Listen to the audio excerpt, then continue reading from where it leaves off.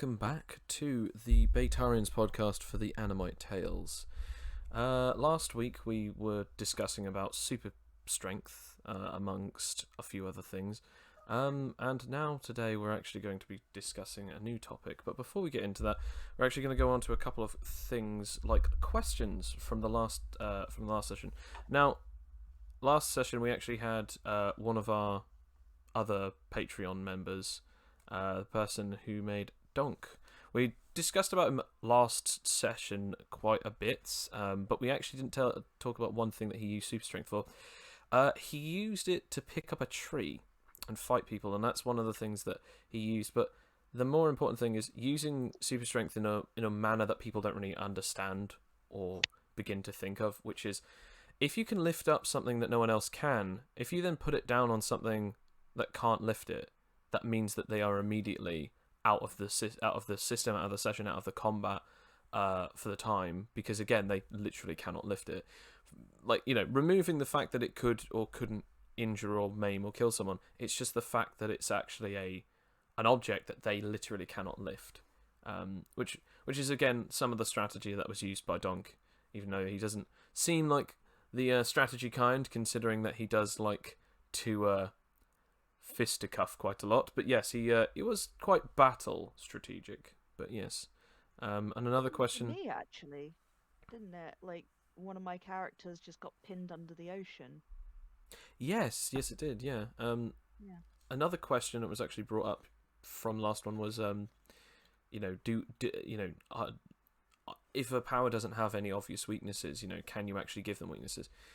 Yes, not every power actually has weaknesses in the power compendium, or at least not obvious ones, but everything actually has it. That if you actually have superpowers, Animite, the actual thing that gives everything powers, kind of like a mutation crystal, similar to like if Kryptonite was to actually give Superman his powers rather than just be the thing that is radioactive and harms him. But then it can be placed in weapons and used to actually harm those who it gives powers to.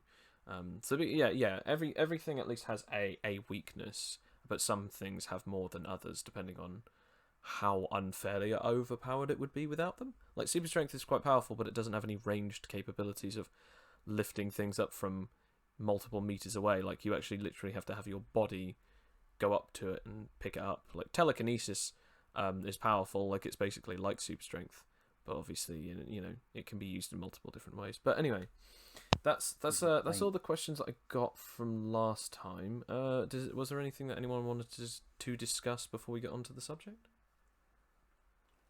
No, it made sense to me. Yeah, Sam. Yeah, it made sense to me. There's no questions I can think of on the top of my head to do with super strength at the moment. Okay.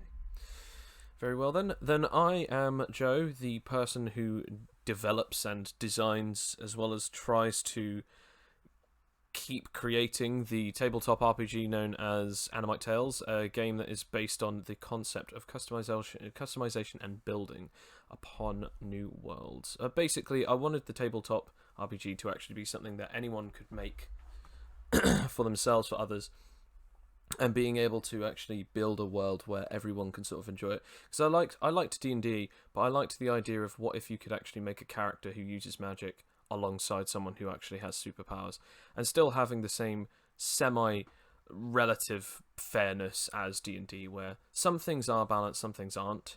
But ultimately, in the game that I've tried to make it that there's at least a level to the balance that is more to do with roleplay than just pure mechanics. Like, for instance, the weakness mechanics, we usually have weaknesses and limitations, so therefore if you actually do have a powerful character, at least it's not overpowered and unfair. Like, there's something that can be used to take them down, or at least stop them from being so ridiculous. But yeah, I mean, I wanted a system like that, so yeah, I've done so. I'm currently still making it. We have a Patreon account, so if anyone wants to check out the Patreon, check out the Patreon at the Baytarians. Join us all. And I am joined, weirdly enough, segueing into that, I am joined with my lovely playtesters and also other patrons. We have Daddy Mothmaster, also known as Alfie, also known as the man who made Legion. I am the man, the myth, the legion. We have then Obscuricom, who is also the person who has made Aspen, as well as Evil Aspen and a couple of other different characters throughout my campaigns, but is also quite well known for someone who has been sort of playtesting the tabletop sessions for almost now over a year. Oh, geez, that long? Yeah, Wow, I mean yeah. it's almost over a year now. Yeah. Wow, cool. And Yeah. finally, Sam, the man with a plan, and also one of the longest patrons. Still don't know how he's put up with it for so long, but he's also one of my I most mean, dedicated playtesters. I am the man who likes to break the system by forcing him to think of new things. And it works. It That definitely is my works. job. quite I almost just literally. you are one of my favorite people to play RPGs with, just because of the funny stuff. Yeah, it's just like, Joe, can I have an unbeatable shield that gives me like no weaknesses and also like does damage that can't be blocked? I mean, I never went that far. I've gone like to a gnat's inch of that, but I haven't gone that far yet. I mean, we'll see really how far that comes along. But I mean, ultimately, you have asked me quite a lot of wacky questions for wacky character designs, like mimes or demon creatures, or even just people who are living oceans, which was always an ability or a power, but now you are very much testing out all of the mechanics as you tried to go along. Which is something I quite like in RPGs, when like everyone says like, you can only test these mechanics. You're like, nah, stuff that. I want to test all the mechanics in this one playthrough and then figure out which one I want to do best. So Indeed. we have our subject. Alfie, you have actually got the subject for us. Would you like to tell us what the subject is? Our superpower subject for this week. Indeed, the superpower subject for this week will be super charisma. As I do love the idea of super stats, and I'm thinking that super charisma would be one that would be much more utility based than, I'm guessing, like outright damage, of course. I was kind of thinking it'd be based somewhere between kind of having pheromones, kind of like how Kilgrave works in Marvel, but with less of the brainwashing and more of the pheromones kind of just making it swaying people to one way or another, depending on sort of what direction you want to go with it. With the ultimate sort of conclusion being the choice between whether or not you want to be the lovely diplomat, sort of like Jean-Luc Picard sort of character, or if you want to go the Dirty Harry route of kind of having the sort of the mobster with like a load of guys that you've kind of like turned around to your way of thinking and using intimidation and deceit a lot more. Yeah. I mean, I was actually then going to ask, like, have you got any examples of super charisma?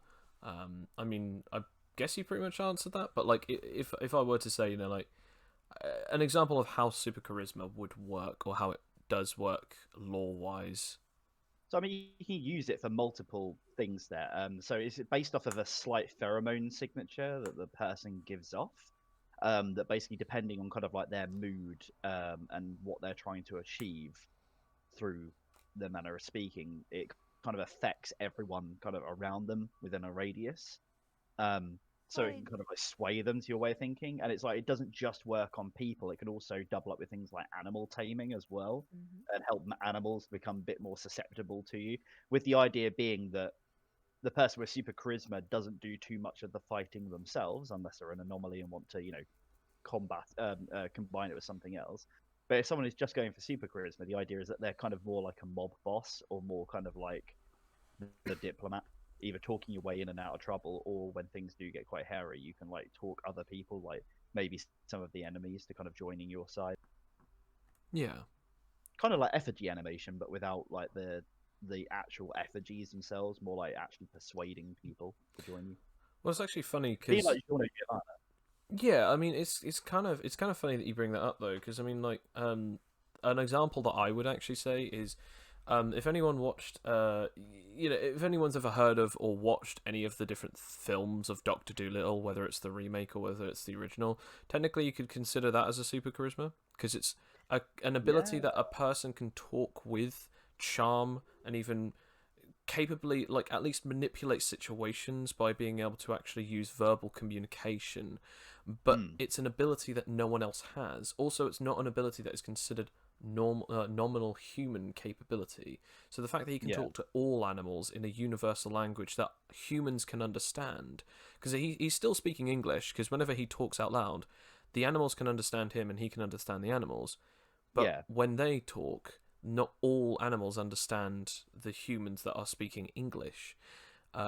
Which is kind of interesting, and that's one way. I mean, I literally now have got up on the screen Aspen Green, your character Obscuricon, who actually later on early on in the parts of the game got Nature Caller, which actually allowed them to talk to animals and even understand them as if it was their own main language. And it's like, it was very funny actually, because Aspen, as you know, has very low charisma. So even though they had the ability to talk to animals, they didn't necessarily listen to Aspen. You just had to get really lucky on the rolls to basically get the animals to do what they said, And I think I got a bunch of crabs to stop attacking us, by just persuading them that actually we're gonna kill them all because we're much stronger. And sometimes it didn't work because the littler crabs, were just very crab brained, and they just went eat eat eat eat eat eat eat. So I couldn't really communicate with that. But the bigger ones were better to reason with. But it took some time because I didn't have super charisma, so it wasn't going well. Yeah. Do you have any personal examples of any types of super charisma you believe, Sam, that you've seen or known of? I was thinking, considering Alfie was talking about pheromones, I was thinking maybe if you remember Poison Ivy from Batman and Robin, that much beloved movie. Oh yeah, amazing. She had the ability. Cinematic masterpiece. She had the pheromone. And she was able to manipulate people, at least men's minds and bodies, by using that pheromone. And using Xanath, an example from our Xanath, the great the artist that draws all this, coming soon. Yes, Coming Soon Entertainment, who's done all of these drawings that I'm showing on the on the main page. Thanks to all of them, and there is actually one that I will talk about a little bit later on in this discussion. But yes, continue on. And for people who wouldn't know about Vampire the Masquerade, there is an ability in it called, I want to say awe, but I know that's the first dot, that allows them to essentially have that pheromone idea of people just love them instantly. Just there's instantly loved and want to be talked to and agreed with. Something I think super charisma would be. Yeah, that's what I think it is. I mean, one last example, I guess I could say, which is exactly tacked onto that Vampire the Masquerade idea, is actually in JoJo's Bizarre Adventure. There's a guy called Dio, and Dio has what's known as unquestionable charisma, and that allows him to build up this army of people who, for some reason, follow his word and trust that what he does is actually quite good. It's not unquestionable to the fact that no one could ever sort of ignore him, but it is the fact that Crusaders all pretty much run away from him or don't fall under his spell, or even after they've seen what evil that he is capable of, that's when they're like, okay, no, I break out of it. Because some people who have actually had that. Well, yeah, it's kind of like some people who have had their lives ruined by him even still denounce him, but some of them actually still go, no, Dio was right. He was, he was a good master. I will not, even though he is killing me, I will not denounce that I am of his court. I'm not of, I'm still under his service, even if he means to be rid of me. And some of them obviously are like, I've never even met him, but I feel like he would be, he was a good person. And then there are other people who are just like, after what I've seen that he can do to people, there is nothing that he could ever do to change my mind about him. I definitely dislike him. So it's not like an all-powerful art, but it can be used in the forms to charm others. That's what sort of charisma usually is to charm. It's to sort of keel over, but keel over people's opinions of you, whether or not it's that whole thing of, it's that thing of like, in the, people say like in the center of the brain, partial parts of the brain, there's that thing where the nodes between love and hate are so close to each other that sometimes it's difficult to differentiate it. It's that thing of, someone could desperately love someone with charisma, but then what if that love could turn easily into hatred that could fire them to mean that they could never be charmed again? Like, that's another possibility of a downside for super charisma, that like, if you betray them, does that betrayal then make them love you more, or does that make them hate you so much that you could never sort of get them ever again, get them on your side? So sort of like, no, I hate them so much. It's like, oh well, I'm not them, so let's figure out how we can put you on their side again. No, never again. Even going as far to potentially even cause harm to those who actually have a say otherwise, sort of thing. So that could be a downside to charisma. But segueing into the next part of this, then, why was it chosen, Alfie? Why did you personally choose super charisma? Well, anyone who has played any kind of game of the RPG persuasion with me will know that I'm very much a charisma-based sort of character usually. My forte in sort of D&D is making warlocks and people that kind of like to kind of hang around in the back of a fight and kind of like charm all sorts of people, demons or whoever, to kind of fight for me or with me, or charm people around to my sort of like way of thinking.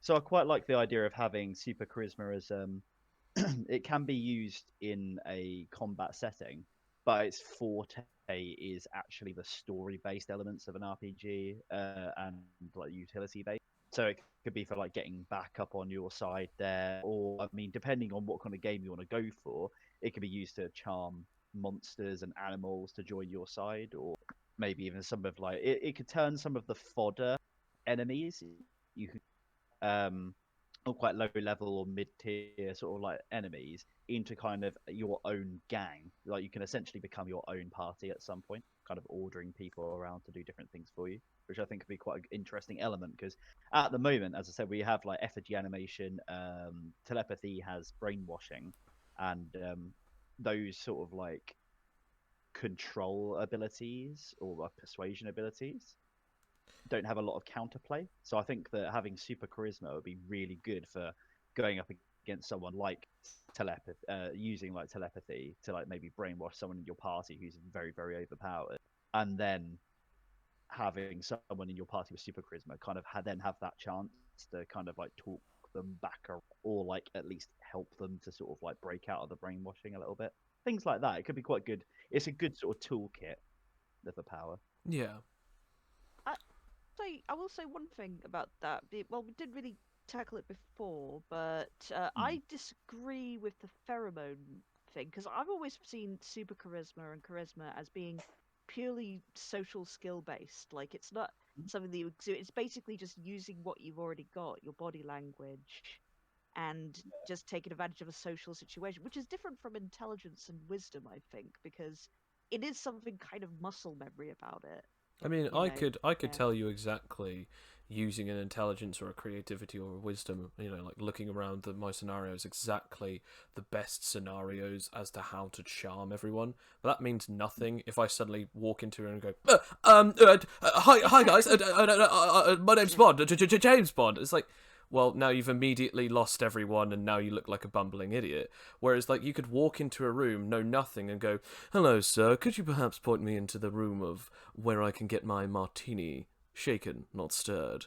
And it's like, the differences between those things of, you have no idea about the situation, but yet you can be incredibly charming, or you could have every ounce of the details of whatever's going on around you and still not actually have the capability to actually charm people, because you personally might not be a very charming or very elegant person. And I think that is where you are actually correct there, Alex. Personally, in my opinion, I think the pheromone thing is more like a way to make people under the influence of the notion that that person is charming, rather than an actual capability of naturally or even having some kind of a power that makes you charming. Similar to that weird luck potion thing in Harry Potter, where it's like for some reason things are doing quite well for him, and it's exactly that aspect of, it's not a power that means that you can control people's minds, but it's a power that potentially might make people of their own choice follow you, because they're like,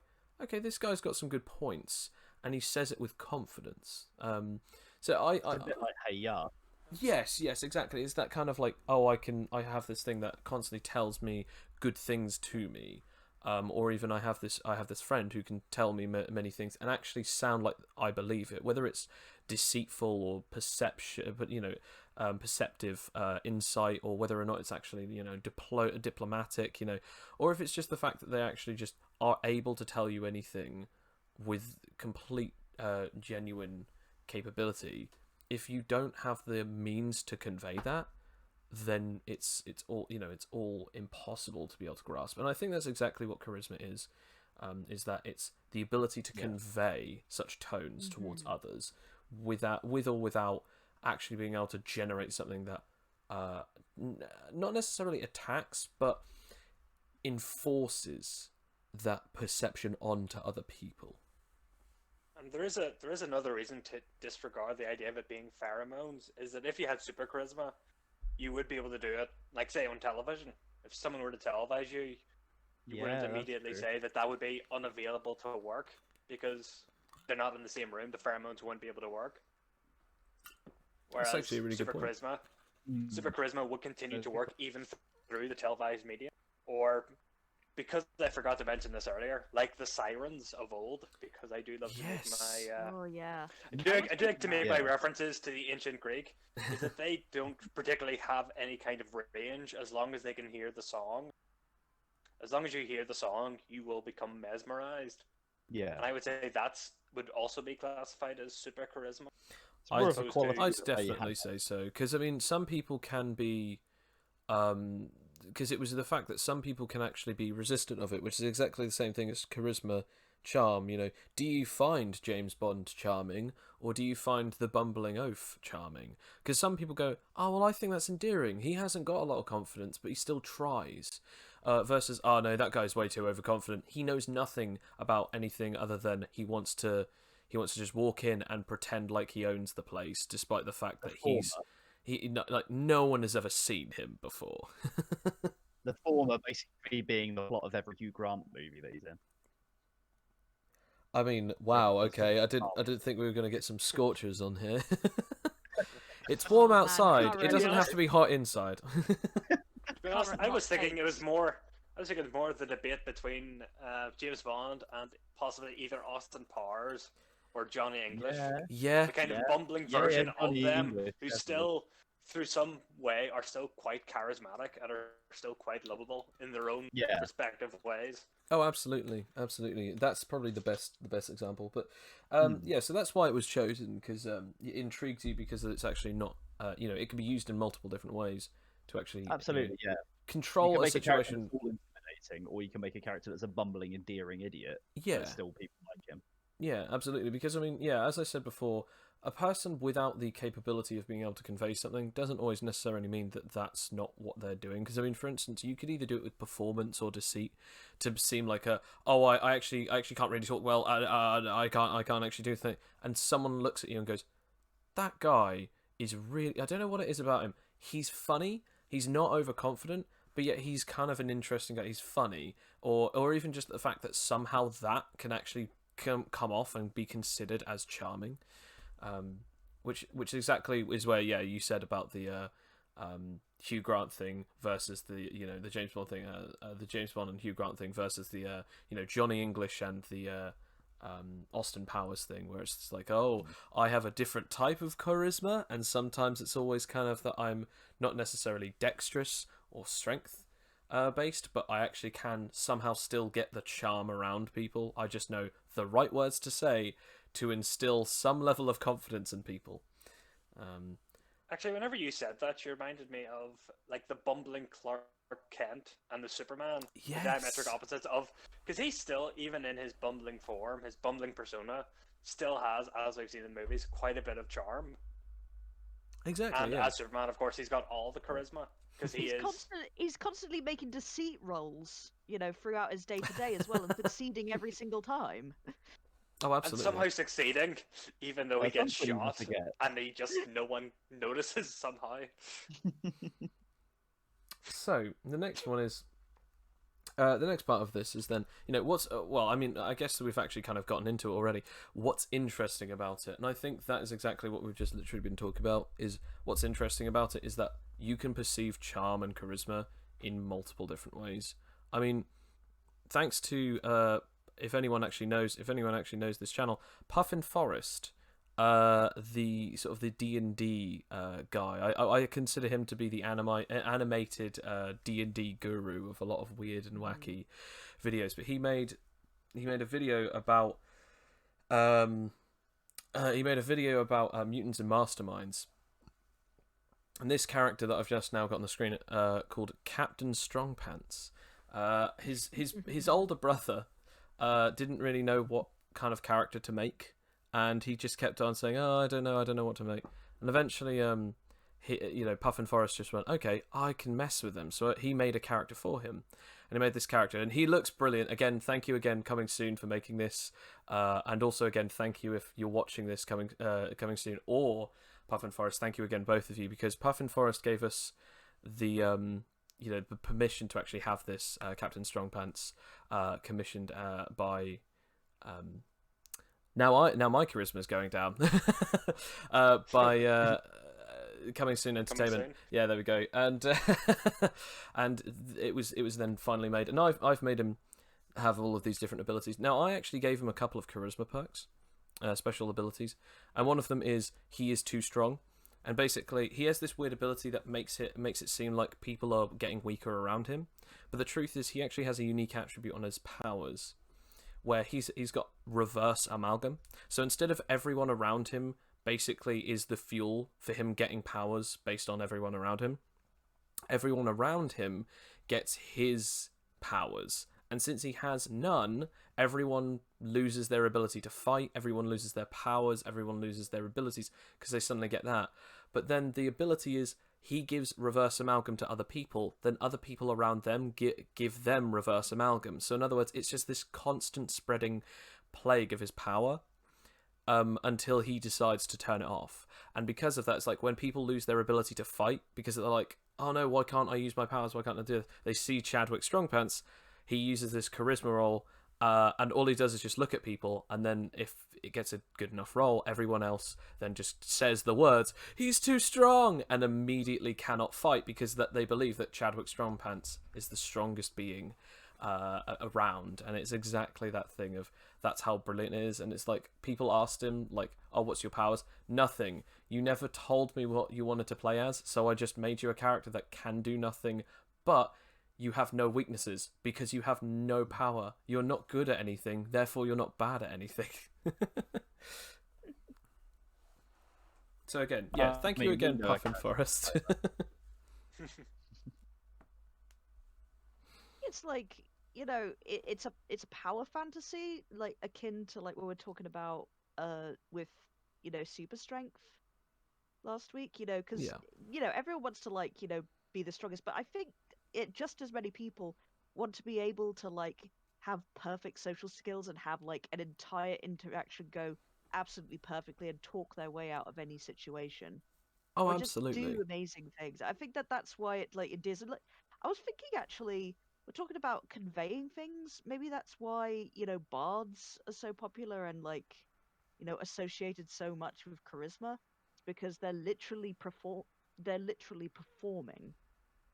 and getting it right, and just conveying, their powers, through song and dance. That is exactly true. Although one of the reasons why I've had sometimes difficulties with the ones in D&D versus the ones that technically you can get in certain ones like Animite Tales, or I think there are certain types in Mutants and Masterminds and Fate, is that in D&D it's all about your charisma, whereas in the reality of life, some rock stars aren't very good at talking to people, aren't very social creatures, but their ability to perform on stage makes them seem like these exuding confident creatures of pure perfectionism, with like rocking out, being able to get the chords perfectly, having insane capability of dexterous, unimaginable capabilities with the dexterity in just their fingers, being able to hit all the chords, or even playing the different keys on the keyboard, hitting the right drums at the right time, getting the exact beat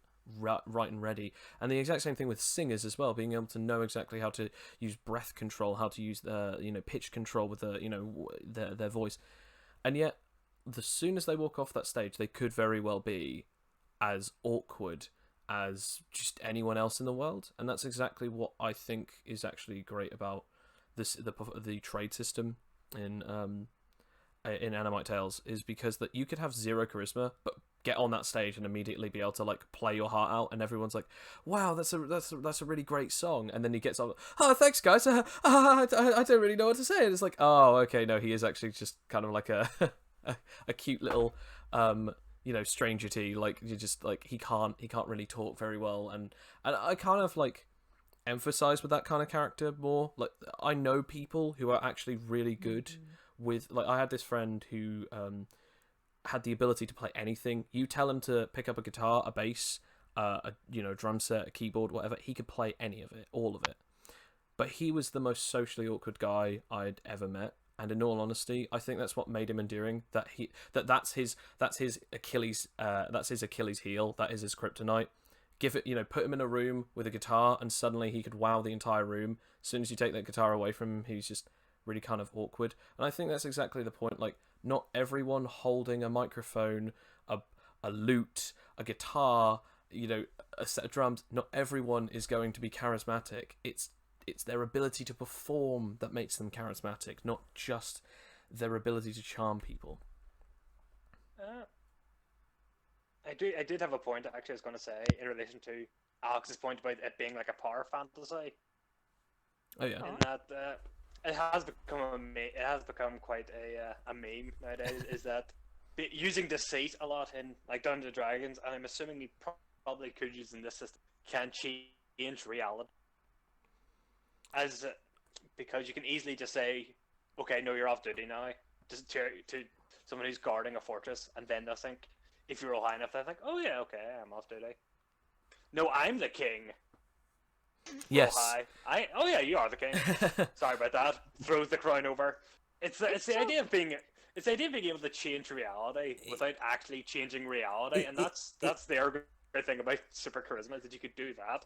It is quite literally the difference between it, though, because I was actually going to get back into the next part, which was actually how it can be used, and that is actually the perfect segue. How it can be used.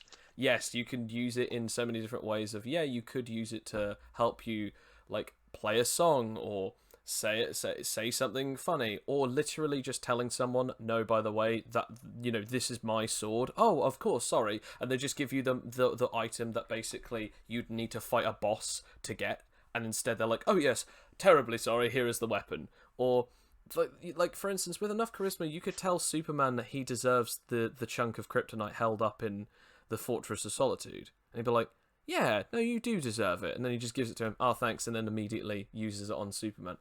Why do you have so much unquestionable charisma?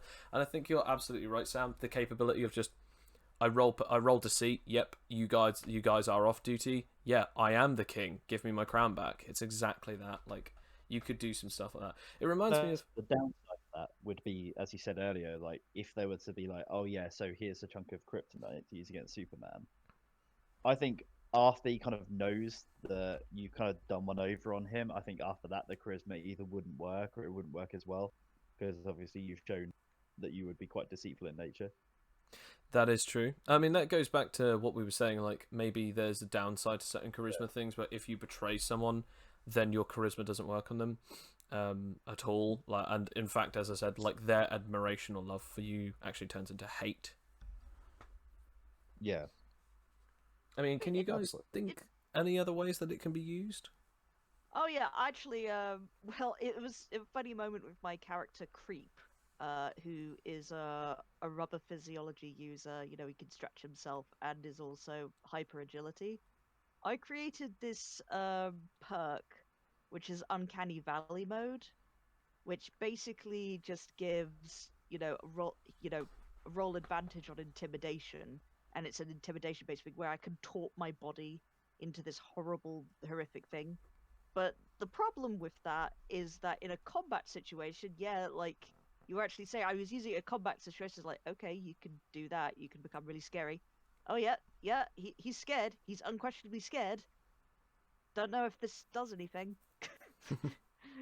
Like if it wasn't like I think an intimidation like story situation, it probably would have worked better, but But that's the yeah, question, I though. didn't think that through. Does intimidating or scaring an opponent mean that they have to run away or quit? Does it mean that, or does it mean that they then roll disadvantage against an attack because they're like, oh no, what are they going to do to me? Well, I that was think the it thing. I depends mean, on the character. ironically, It does like depend, 'cause there is. Sorry. Go on, Sam. No. I was going to say, because as with humans, there is the fight or flight reflex. So either they'll think, I'm going to die, have to fight, or I'm going to die, have to run. It does depend on the character itself, or even what the threat is. Like, there's something, like, if I were to see a spider, my immediate response is to fly away from that. But if it was something else that someone else might find intimidating or scary, but isn't necessarily my phobia, I might be able to be like, okay, I'll just put that outside, or I'll stamp on it, which would be the fight response. So it would quite depend.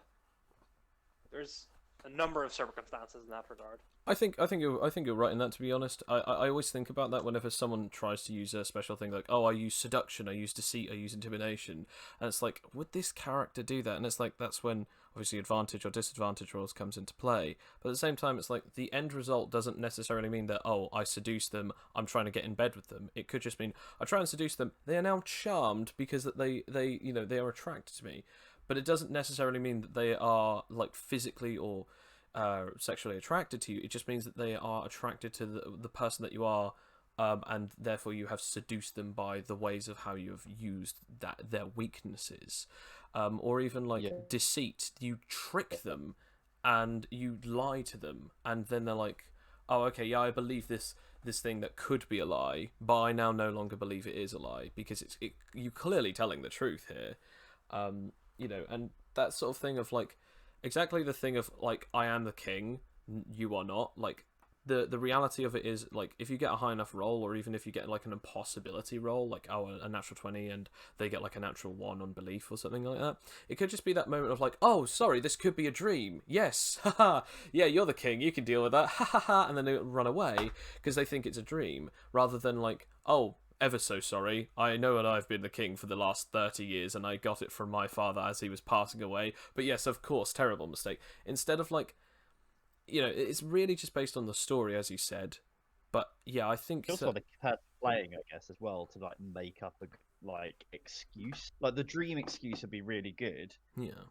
But you would need to have a certain player who would make that decision using a certain character. Like, for example, like a scarecrow kind of character from like DC. If you'd have someone that works basically on fear and psychology and that sort of aspect of it, they could really find the intimidation and kind of deceit a lot more useful in that sense. So they could just be like, oh yeah, by the way, so you're actually in a dream, and kind of talk them around to that sort of way of thinking, I think, where another type of character could just charm them and say like, by the way, there is a plot on your life, so I suggest that you go into hiding. But in the meantime, I can run things, and then kind of like explain how they can run things quite well in their absence, and kind of talk them around to that sort of way of thinking, maybe. So it's less of a line to the person. It's more like you're trying to show them that you have their best interests at heart. Yeah, like you are using. You're not using the forward method of intimidation of, I will hurt you. It's these people will hurt you. And it's that factor of like, your intimidation is more, I'm using my intimidating factor to be serious right here, right now. It's one of the reasons why we have nerve. because nerve Yeah. is good against almost all of them. But nerve can also be used in the form of if someone's like, "Oh, I'm going to pull a sarcastic or an ironic joke where I should like be completely monotone." Or if someone's like, "Oh, I'm going to roll seduction to try and seduce your character," I roll nerve to look completely unwavered by this. And it's that exact thing of like, how do you use it? It doesn't necessarily need to be direct as well. Someone could also be like a hype man, where it's like, say for instance, like Aspen, your capability of being able to talk to people was terrible, as you said. But what if someone else was like, "Oh yeah, my boy Aspen can suddenly like, yeah, they can make plants and they can get totally lit, everyone," and it's like immediately like this fool, this weird, strange person who's like hyping you up suddenly actually makes it go like, "Oh, okay, Aspen, we didn't know you were so cool." Or even like someone could just say to like, someone else like Legion's not good at talking, and someone just goes, "Hey, don't you mess with him. This boy can mess with time, and he can cut up anyone." And it's that thing of they're using their intimidation, but they're not saying that it's them who could do it. It's someone else, which could create an infinite unknown factor. Like, I think that's one of the ways that you could use it. It's not direct, as you were saying. Like, could use it for their best interests rather than something that it's "I am your consequence." It's something else is your consequence. I am your guider or helper in the situation. Yeah. Because it's a kind of a support ability in a way, it's being used as a support ability there to like. Remember our villains campaign yesterday where we one of the players wasn't doing so well on the rolls, so we as a team encouraged them, going, "Come on, you can do it, you can do it," and like little cheerleaders. We rolled high enough on charisma that they got an advantage roll, and it helped immensely to speed things up. Yes, absolutely. It's that level of storytelling. Like, could you do it? Would you do it? And also, will it be possible? It is down to sometimes the GM or the narrator, but honestly, sometimes it is based on how sort of realistic or understanding this situation would be. And I would say I don't think it necessarily even has to be a support character, because you can have, if anyone's seen this, Beverly Hills Cop, or the film Fletch, where you can essentially lie yourself and make almost a disguise. Like, you can get props to help your charisma. Like, just get a blank piece of paper that will say, and just lift it up to say, like, "I am the building inspector. You must all leave. This isn't a code," or something of that ilk. And people will believe it more than you just going in wearing like a police uniform saying, "I am the building inspector." If you wear a certain type of clothing and use a certain type of prop, that would aid you with you. Yeah, props or disguises. And that would also allow you like, to in the game as well. Like you could roll performance to make a really good disguise, and like, I think we actually did that once for a campaign very long ago where one of our I was a demon and I was disguising myself as a human. Yes, because they didn't want anyone with superpowers or anyone with mutations on their island. And you were a demon, or you're an archling, basically a human who's heavily mutated and has like sort of reddish skin. And you even had horns, which you had to somehow disguise. I think you, in the end, you said, "I'll just put on a hat." Yeah, I did put on a hat. And it was like you put on makeup to make your hands make your face look human colored, and then you like wore gloves to cover up your hands and everything. It was brilliant. It was a shame we didn't get through customs, because I was looking forward to that because I did a good job, and then everyone was like, "Yeah, we're not good at disguises. We're not going to get through. Let's go around the other side of the island."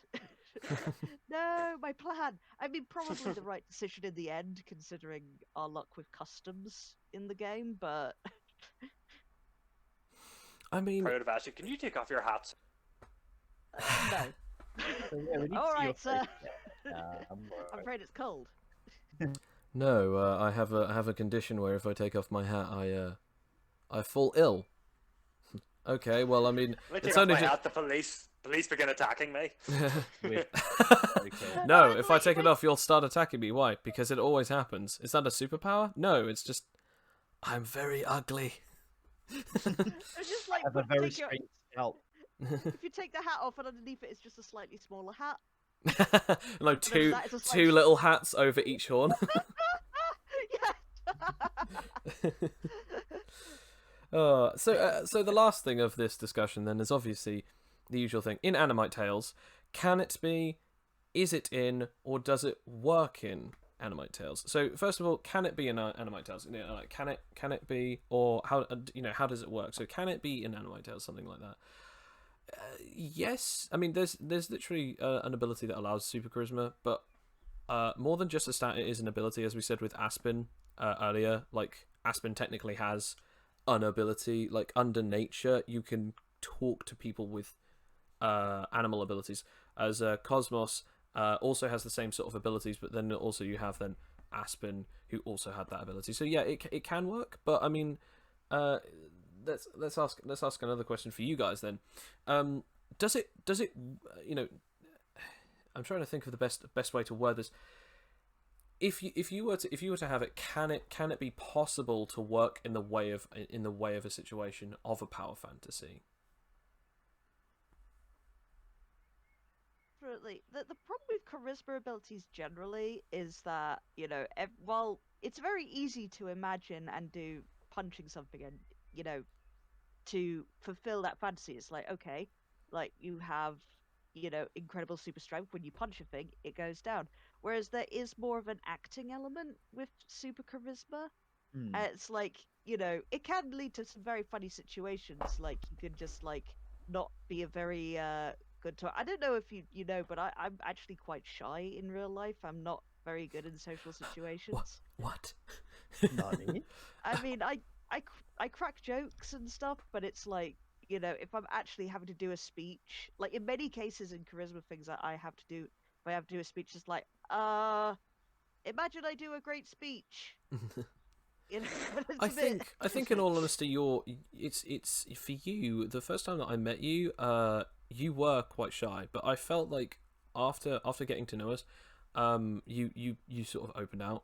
But I think something that's also really kind of important is you don't necessarily have to say things well. You could just have a speech done like exactly that. Like, oh, I have a great speech, or oh, my character says something that's very important to every single one of you. And it's like, okay, to get so, everyone has to feel like they're charmed, so roll charisma against their charisma.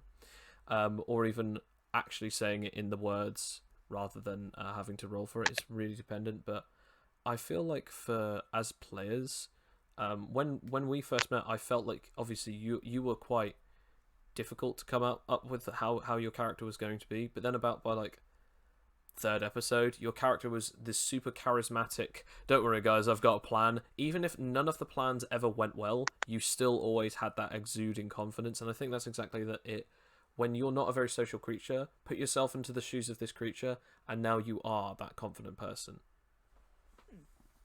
I suppose that's true, because I did feel like, even though you were right in saying that none of my plans went right, like it was just, I had some significantly bad rolls, but like I kept trying anyway because that's what my character would do, and it's like, it is kind of like fake it till you make it a little bit. It worked out in the end. It worked out in the end. Ish, sort of. I mean, if nothing else, I have a plan has now transferred from you to become my catchphrase. Yeah, it has been your catchphrase. And it turns out just as well as you, usually, with the great results that have happened from that. It goes to show you can say it with it goes to show you can say it with any amount of charisma as you want, but the words "I have a plan" does not always mean that it is a good plan. I mean, it is a true statement. You have a plan. But you do have one. It's not a good plan. It will not go well, but I have thought of something. So how do you? It is the Dutch Vanderland approach to planning. You may have the greatest charisma in the world, but the plan just doesn't. The plan itself was doomed from the start. I guess that's kind of like a meta downside to, or upside, depending on how you look at it, to super charisma as a stat, is that it bases itself very much so on the player who's playing the character. Like it's a additional piece of kit that your character has, like more tools to be used at its disposal and augment a charisma based ability. But if you ultimately persuade everyone in your team to follow a plan that is doomed from the start, the plan is still going to be doomed from the start unless you can kind of talk your way out of it. So the next one is obviously is it in Animite Tales? And as I answered earlier, yes, it is in Animite Tales. You can actually get certain characters or even certain powers that have either a super charisma ability, or you can actually genuinely get the superpower super charisma. If you're an archling or a berserker, basically they have the ability to create this sort of confidence, this charm, or even this ability to, seduce or intimidate, depending on however you want it. I mean, we had one character who used their super charisma to intimidate, and then we had another one, Pinky, who was an archling. She was a pink archdemon, but she used hers to charm people and sort of chat with them and stuff like that. Sometimes she used them for seduction, sometimes she's used it for diplomacy. But my favourite ability that I gave her was actually something called, distractive nonsense, which was an ability that, after talking to someone for enough time, she'd bring up so much conversation that they'd forget the most important thing that they were talking to her about. And it was just the fact that it wasn't her using her anything other than her words, her just literally talking about nonsense, because it's like, I have a really brilliant idea, waffle, and then, suddenly they've forgotten exactly what they were talking about in the first place. And she actually used that to make people forget her, because it was that thing based off of, like, it's a really old show, I can't believe I'm about to reference it, but Scrubs, where there's a moment where they're all angry, and then the women just say, hang on a second, I've got an idea, shoes. And they all just go shoe shopping, and they're just and they zone out, and it's exactly that. Like, Pinky could say the right combination of words, and they'd immediately like, I need to forget you, and then exactly that's it. They forget her because that her stealth ability is not, oh, I can walk up to the guards and shake my body around. No, it's, I can walk up to the guards and say a whole sentence of nonsense, and they'll just be like, I need to forget everything that I've just seen here. Like, it's like, shoot, so I was out with my friend Clarissa, and like, I love that as well, because it is sort of like, kind of down to earth power, because there are real life people who can absolutely do that. Like, it's not a supernatural thing. It's like, I like it as well. It's like, con artists do this a lot as well. They just sort of like, they just change the subject, and people are like sort of hooked on their words. They're like, oh yeah, it's, forgot what I was talking about. Was I talking about a refund? Oh, no. And I love the fact that you created a manic pixie dream girl.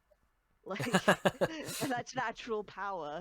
When you want to play as Zoe Deschanel in any kind of power fantasy thing. Oh, don't tempt me. Don't tempt me. I'm gonna.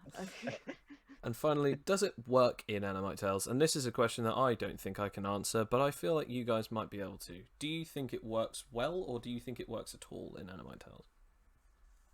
I mean, yeah, I'd say it works. We haven't seen it as much. I mean, that's the thing, because we've only recently seen like super charisma stuff. Like, we've mainly just seen straight charisma. Or rolling really high charisma, and how that works, and that's pretty, that works pretty well, I think. So I'm not entirely sure. I mean, I guess you get an extra boost. I mean, what would happen to lose your super charisma? Like, if you were to be depowered, right, as like an archdemon, like get a nullification, would your charisma go away, or would it still be there? I'd say so. I mean, I guess you could say it that, like, with your powers, you actually have the ability to keep up this demeanor. Like, how in shows, or even in, like, animated, series, there's always that one character who's just always talking monotone the entire time, like, hey, sup? Oh, this is Greg. Hi, I'm Greg. And the entire time it's like, oh no, the entire world is on fire. This is terrible, and we should probably do something about this. And it's like, maybe that's their super charisma ability, nullify their powers, and they're like, oh my gosh, everything is on fire, we need to stop something, and they just start panicking, because maybe their ability is super nerve. you guys I have, love have that. any I've of you never guys- thought of it like that. Yeah, I like that. Yeah, I like it. have any of you guys ever seen Always Sunny in Philadelphia? No. No. Like, literally, there's a bit in like the last sort of season there. There's this character Dennis who is always like he puts across like this real sort of like almost sociopathic kind of charm that is pretty much is always hinted at that it might be a facade that he kind of believes himself. But then there's a bit in like a very recent series of it where he basically gets sort of depowered that way. So like they take out sort of like his hair clips and like the clips that hold his face in place and like his like pec implants and all this other stuff. And you see him go from this like perfectly sort of like made up character that exudes this kind of like weird sort of like cold confidence to kind of being this hunched over, like hands in his pockets, like bags under his eyes, and they're just like, "Yeah, why don't you go talk to that girl up at the bar?" And he's like, "Yeah, no, I don't think I will. No." And it's kind of like you just see him kind of deflate as the character. I feel like it'd be quite cool to see someone that has this like supernatural charisma, but they've lent on it as a crutch for so long that when they do get nullified, I don't actually know how to do the supernatural air that I give out, and now I actually have to rely on choosing my words and thinking about what I'm saying in the context of other people. You are completely useless. It's that thing of like, it's the exact thing of that system. Like, I mean, in all honesty, super charisma isn't just a stat. It's also the fact that as we've talked about, super charisma is any kind of power that can allow to affect your capability of speech or even capability of performance. However you think that you can achieve a capability of getting your charm, your seduction, your persuasion, your diplomacy, your intimidation tactics, all of the, or even deceit, all of those different things. However you can exude those things out to someone. Like, for instance, Aspen having the ability of Abomination Caller and the ability of Animal Tamer, where they can actually talk to mutated monsters and even can talk to animals. And it's like, no one else can do that. In fact, if your powers were nullified, you wouldn't be able to do that. And it's not that it necessarily gives you a boost to charisma, it's the fact that you actually have a new ability. And so I think it's that thing of like, what if you lived in a world where there were only animals, or what if you lived on a sort of like a peninsula of only specifically, like kind of like a zoo, if you lived in a zoo or worked in a zoo and you had only that power, and then like later on someone puts nullification cuffs on you or even takes your powers away from you, they're just animals now, and you don't have that deep connection with them all to be able to speak to them, to be able to understand what their needs are. And that could be kind of scary for anyone who's, as you said, uses their powers and relies on it like a crutch. Like, imagine if someone had super strength but without their powers they are actually like a really feeble person because they needed their powers to be normal. Yeah, what if someone had super strength but they've never actually worked out at all in their lives? They've always just like lent on this inherent strength-based power that they have, and then as soon as they get it taken away. It's like Hercules in the Disney film, where even though he has super strength, he gets conditioned and trained, so that even if he was to have that strength taken away, he would still actually be quite a capable fighter, quite a capable person, and like really strong and fit. But if you're just like a big sort of like lump who can just lift up cars, and then suddenly you get it taken away, it's like you now get out of breath grating cheese. Like all of a sudden it just completely goes downhill. That was like that was a plot point of the Blob when in Marvel, where he got nullified, and like all of that fat was like sort of muscle and super powered fat. But as soon as he like loses it, like he just basically just flops under his own weight. Like he can't hold himself up, and he's very sort of like he can't do anything because all of the bulk that was initially there to like enhance his powers is just Gone. weighing him down. Yeah, and it is kind of scary because he ends up just being completely wrecked by it. Dude has like lots of self-confidence issues anyway. That kind of destroys him. That was sad. I think that's kind of interesting about it. Like, the question here then for Sam is, do you think that powers in general, super charisma, or even an ability that can affect your capability of using charisma, do you think powers or super charisma based powers actually work well in Animite Tales, or do you think that there's some other thing that could be used differently? Well, I'm afraid I haven't really seen much of the super charisma being used in anime tales. Usually, I'm not in that place when it happens, but I have used charisma, and it has worked I was out gonna say, quite it's well Cover. in instances.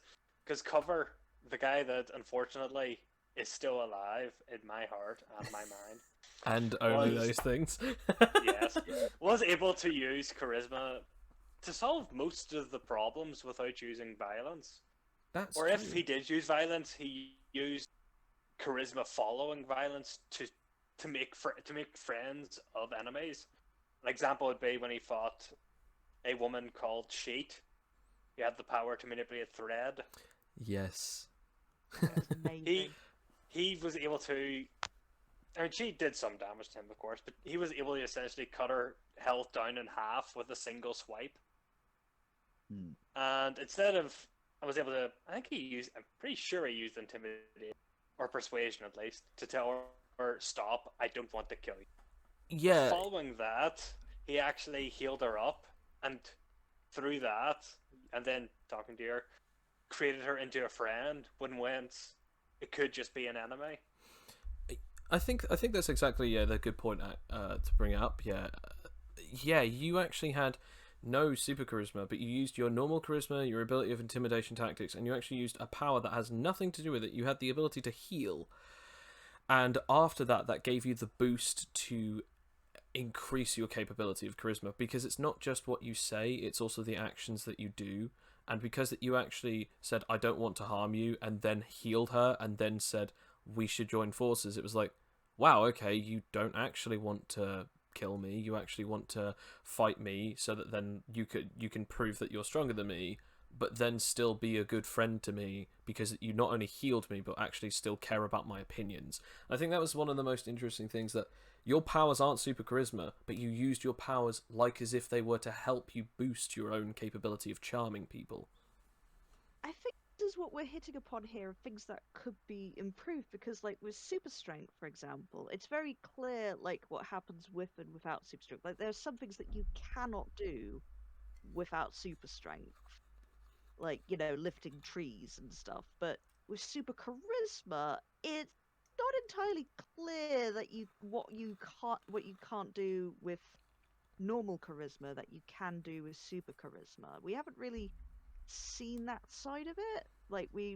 There needs to be, I think, a clear sort of thing like with super strength. Like there's definitely some things that only people with super charisma can do with that to kind of justify But it. as Alfie was saying, isn't that why charisma's so good?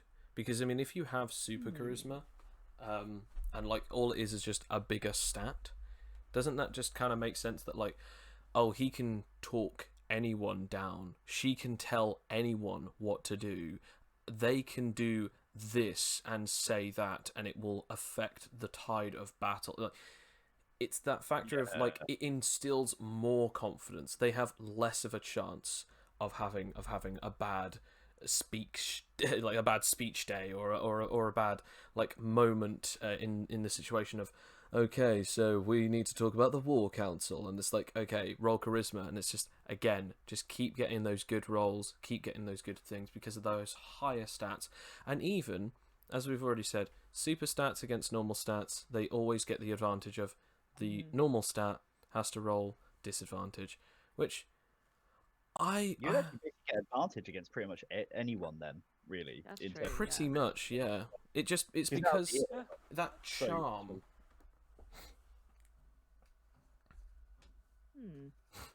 The example I was I was actually trying to thinking think. about. Sorry, I was gonna say, like the example that just came to mind was at the end of Fallout New Vegas, where if you really go down the speed route and put a lot of your points into charisma, when you come across, you basically avert an entire war between the R at the end of that game just by going to the champions of either side, or the general of the NCR and the champion of the Legion, and just talking them. You basically just convince the Legion that even if they were to fight the battle, they would probably win, but they would probably lose the war as a whole by not being able to, having their resources. It is also that exact thing of the difference between a good weapon can defeat almost any opponent, but a good word could avert war. It's that Or thing like of destroy an ideology. Almost. yes, like you could break down the foundaries of an entire society with just one word or a sentence or whatever. But yeah, fair enough. You could blow up a place with a bomb, and that will destroy so much. But what if you were to actually entirely restructure it? It's like the difference between if I was to say, yeah, I can blow it up and destroy so much, or oh, I can say this one thing to this one person, and it will create a chain reaction which will change the society forever. Like, look at the world we're currently living in. One bad move, and then suddenly everyone gets contaminated, and then people are locked in. And this is all from potentially one person not washing their hands at the wrong moment, or should we say, for the perspective of the virus, the right moment. And it's that thing of one. All it takes is one thing, one word, one sneeze, one breath, and now we're living in this kind of age of that exact moment of. We are now dealing with the aftermath of that, and that is exactly the same as one word. Like, again, in a lockdown situation, one wrong word and someone might get the wrong idea, walk outside, and then get contaminated because they didn't listen, or at least the word was not clear enough. And that's exactly like that. That's what charisma is all about. And I think that's pretty much. I was trying to think there. I did think of what could be the upper limit for super charisma as opposed to charisma. Because charisma can change an idea, but super charisma could change the ideology behind the idea. Yeah. That is actually super charisma, you can talk people out of, like, say, racism or bigotry. You could talk people out of that. You can't do that with charisma. That's very difficult. But you can deal with super charisma. It's like it's like changing their entire worldview rather than just changing their mind on a particular change a topic. perspective with a word, or change their